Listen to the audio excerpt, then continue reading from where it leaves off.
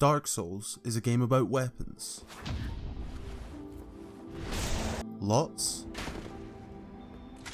and lots of weapons. One of my favourite things about this game is that in the right situation and with the right stat investment, all weapons can be viable in some way. Well, all weapons but one. Can you beat Dark Souls with the broken straight sword? So, before we start, let's go over the rules. 1. All damage must be done with either the straight sword hilt or the broken straight sword. 2. Spells and consumables are allowed as long as they do not cause damage. 3. Buffs like Sunlight Blade and Power Within are allowed. And 4. Summoned NPCs are also allowed. And with that out of the way, let's get on with the challenge. In the character creation, I wasn't really sure what sort of stats I would need for this challenge, so I chose Deprived as my starting class, as not only do I get to see my character's sexy ass through the starting areas, it also gives me an even stat across the board, allowing me to build my character more optimally as I go. I chose the Master Key because Master Key, Master Gift, and after spending an awkwardly long time making my character look like a member of Blue Man Group, my journey finally began in a cell with a man throwing dead bodies at me. Protruding from the behind of one of the corpses was a key which I used to escape the body bin.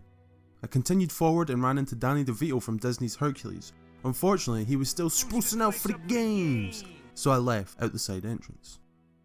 I ran into the guy who was throwing bodies at me and he gave me all his stuff. I let him rest peacefully. Nah, JK, he's dead. Anyway, I went back to Mr. DeVito and fought him for like 20 minutes.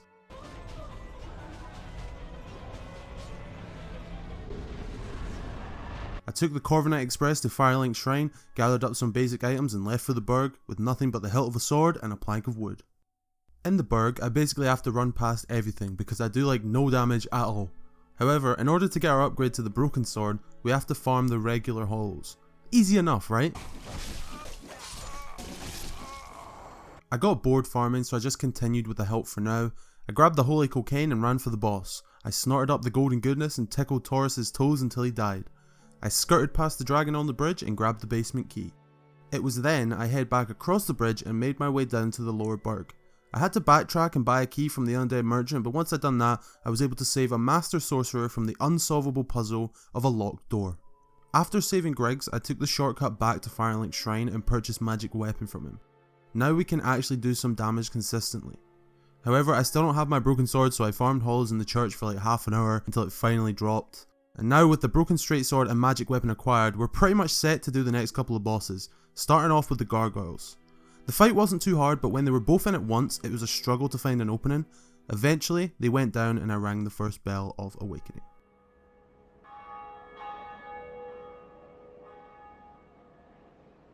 Now, since we chose the Master Key, there are two ways we can go from here. I need an item from here, so I'm going this way. I made my way back down to Lower Burg via the shortcut and head for the goat. I fought with the thieves in this area for about 15 minutes before realising I'd used most of my magic weapon casts. I tried anyway. Once the dogs were out of the way, it was actually a fairly easy 1v1. For him. I made my way back, this time being careful of how many castings I had left. I ran into the fight, got the dogs out of the way, and the goat caught the smoke.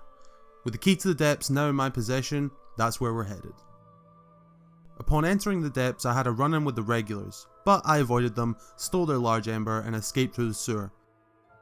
I head to the bonfire and prepped for the gaping dragon. For this fight, I knew I had to kill the channeler, because I do so little damage already that the channeler would have made this fight last over an hour. I entered the gaping dragon fight, and so began the longest 45 minutes of my life. Not only is this fight incredibly easy, but I also do no damage, so it's literally just a patience game. Something us Zoomers have very little of. I eventually slayed the pussy dragon and gained the key to Blighttown, arguably one of the hardest areas in the game. We are heading there soon, but not before dumping all these useless pieces of metal we have kicking about in our inventory. I also have to make a quick detour and save a man who can literally summon fire from the palm of his hands from a wooden barrel. After saving him, I met him in Firelink and decided to become a firebender myself. While I was there, I also upgraded my Sunny D and witnessed a man fall off a cliff. I made my way back through the depths to the Blighttown entrance. Luckily, because I'm an epic gamer, I somewhat know the way through this area, and so I sprinted past pretty much everything in order to reach the first bonfire. There's really only one thing we need here in Upper Blighttown, and that is Power Within. a pyromancy that increases our damage with the drawback of draining your health every second. It took me a minute to find the right hole, but when I did, I ended up dying picking up power within. Still though, I got it and continued down to the Blighttown swamp. I fought a naked sack lady who had a butcher knife to rival my butter knife. I defeated her and later summoned her before heading through the boss fog. On the other side of the fog was a perfect potential big titty spider GF. She fell for the Cusky charm, but Mildred got jealous and killed her. I then continued on to ring the second bell of awakening. After killing Quelaag, I head over to the demon ruins where I threw her brother off a cliff. #squad wipe. With all that out of the way, we're done in this area for now, so I backtracked all the way back to Firelink Shrine and even further to the Darkroot Garden. We need to grab a few things before Sen's Funhouse. I ran into the Darkroot Basin, and to bring back the Hercules meme from earlier, I fought the Hydra. The Hydra took legit about an hour to kill because you have to hit each head like 10 times, and some of the later heads come down so far away and it's just so hard and you can't hit it and it's so annoying. Eventually it went down and I continued on to kill the gold golem. I spoke to Dusk, grabbed some spells from her and found her crown, and then left for Sen's Fortress. I entered into Sen's Fortress and attempted to fight the first two snakes. I did beat them, but in the process I used all of my Estus, so I figured that things would be a lot easier if I A. kindled to get 10 Estus and B. run past everything. I made a snake break down a wall and found yet another master magician failing to recreate some Harry Houdini escapes. I dodged some balls, arrows, swinging axes, all the way until I didn't avoid a swinging axe. However, I did a pro gamer move and cheated death itself. I got outside and reached the bonfire, did some minor exploring and grabbed a few items, namely the cage key. Other than that, however, it was a straight run to the boss. I brought in Iron Tarkus to help with the golem, but I think it's fair to say I did all the damage. Upon touching the ring, a flying golem looking ass showed up. He was pretty chill and we talked things over, he just didn't want me touching his precious. Him and his homies even gave me a lift into Anorondo.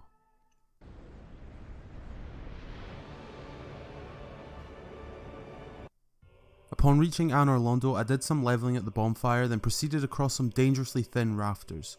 I got a painting guardian to knock down the chandelier for me as it had a spell I need. I then threw him off to go and get it. Yeah, he didn't come back.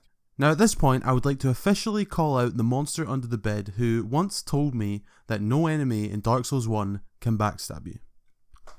Diss track incoming. I took the sprinty bridge down to the Painting Guardian hangout spot and grabbed Great Magic Weapon, meaning we now have a slight damage increase. I had a fight with the bouncer trying to get into the castle, but he did eventually let me in where I found the bonfire and the most grossly incandescent man I had ever seen.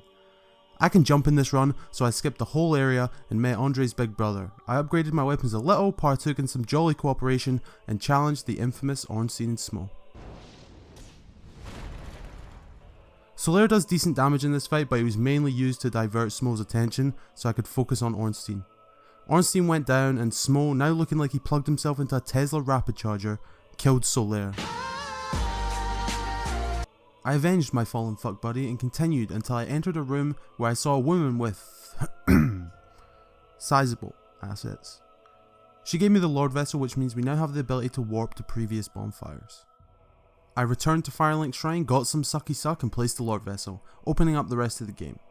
From here there are 4 ways we can go. We will have to do them all eventually, but I want to get Crystal Magic Weapon first, so I'll be going this way. And so I set off for the Duke's Archives. I fought a couple of boars and then ran straight to the boss. Seath didn't like how I cheated death earlier, so he killed and imprisoned me. Now, Seath can take my life, but he'll never take my freedom. You get it, I'm Scottish. So I killed a guard, stole a key, allowing me to escape my cell. As I was heading down to get the key from the warden, I realised he was playing some great tunes. Is it 2 in a bed or 3 in a bunk?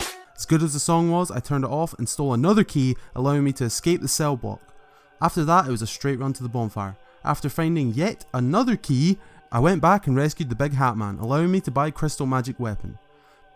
With our final boost acquired, I head straight for Seath. Seath took like literally an hour to kill because he resists magic, but his moves are easy to read, so I beat him first try. And that's 1 down, 3 to go. Next up is the Demon Ruins boss rush. I don't think anything super interesting happened here, but for the sake of commentary, I ran straight to Fire Sage Demon, beat him on the first try, and continued to Centipede Demon where I killed him also on the first try. Okay, I'm not perfect. After watching a tutorial on how to cheese the bed of chaos, I did just that. That's halfway.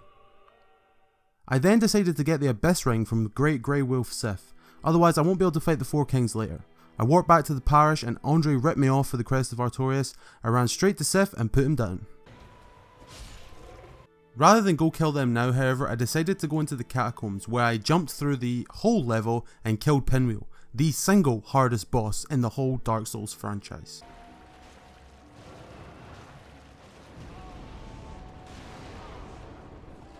The Tomb of the Giants is a cool, unique area where they use the dark to try and confuse and scare the player. Oh, but if you know where you're going, it's like 30-second run to the boss. I dressed up in some heavy armor and clapped Nito's cheeks. That's 3 down. And last but not least, the Four Kings. Before facing them, however, I had to deal with the water. See, the Four Kings live underneath a water park. I spoke to the owner and told him that I'd lost my goggles on one of the rides. He let me turn the water off to find them. With the water taken care of, I jumped down to and killed the Four Kings. And that's 4 out of 4. All that stands between me and this challenge is Gwyn, the Lord of Cinder. I offered up the 4 Lord Souls to the Lord Vessel, and with it, the blood, sweat, tears, and hours of hard work it took to get here. Actually, it's been pretty smooth sailing. But you know, they say it's not the destination, it's the journey that counts. But our journey is at its end. And Gwyn's Arena is our final destination. I entered the boss fog.